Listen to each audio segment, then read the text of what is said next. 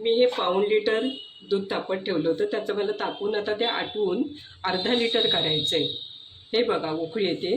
आता मी उकळी आल्याच्या नंतर त्याच्यात मी ही साखर टाकते आणि मी जो मिल्क मसाला जो बाहेर मिळतो तो मी आज घरीच बनवणार आहे, तो नंतर मी तुम्हाला दाखवते.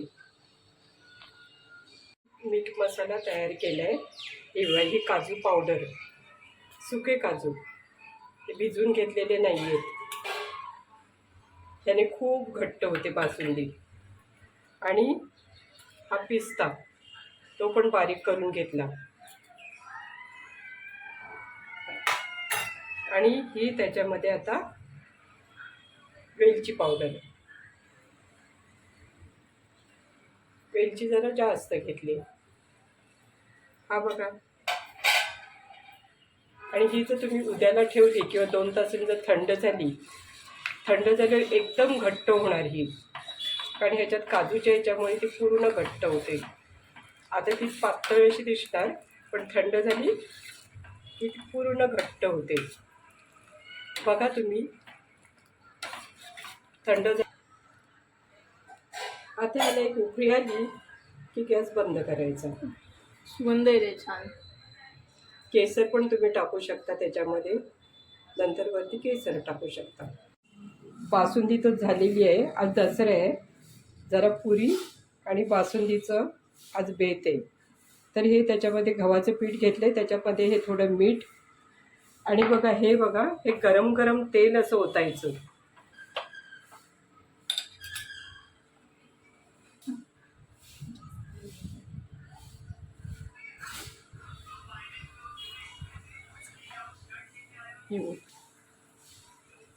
हे बघा असं हे गरम गरम तेल आहे, तर ते असे ओतलं.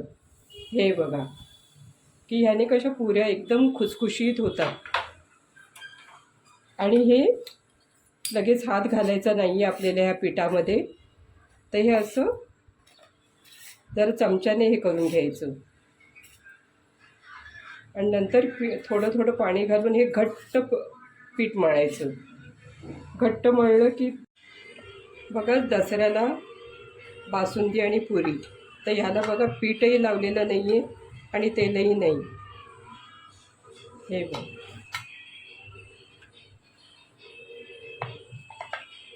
घट्ट पीठ मळून घेतलं होतं मग अशी दाखवल्याप्रमाणे.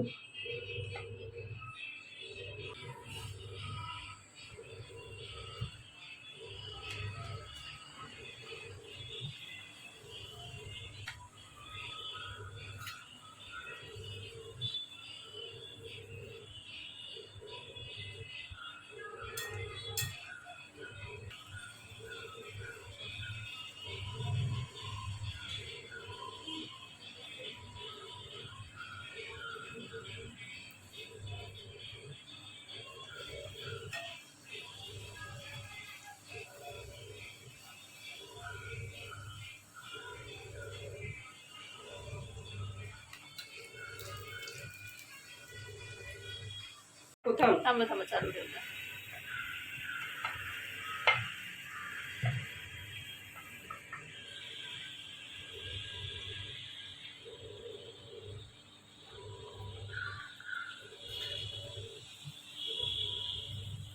बासुंदी बरोबर पुरी खायची मजाच वेगळी आहे.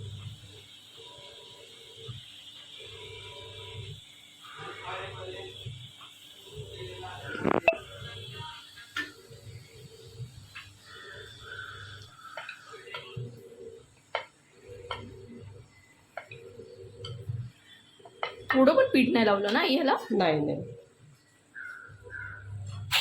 पीठ घट्ट मळायचं, त्याला पिठाची गरज नाही लागत आणि तेलाचीही नाही.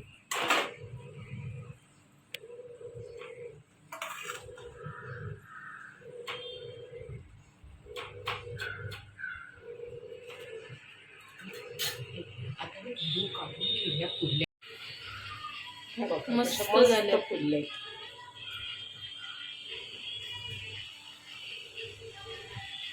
ती टाकलेली वाकडी पडली पण छान फुलली आहे बघा. हो.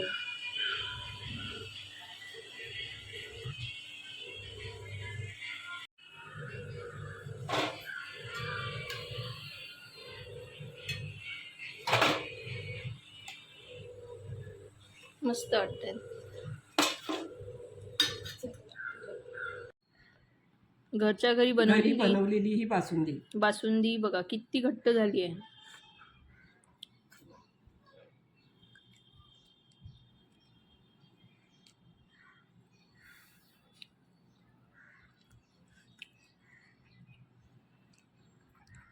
असं धरावं लागेल तेव्हा मी दिसणार. पण नको, बरोबर नाही. असं दाखवलं ना, असं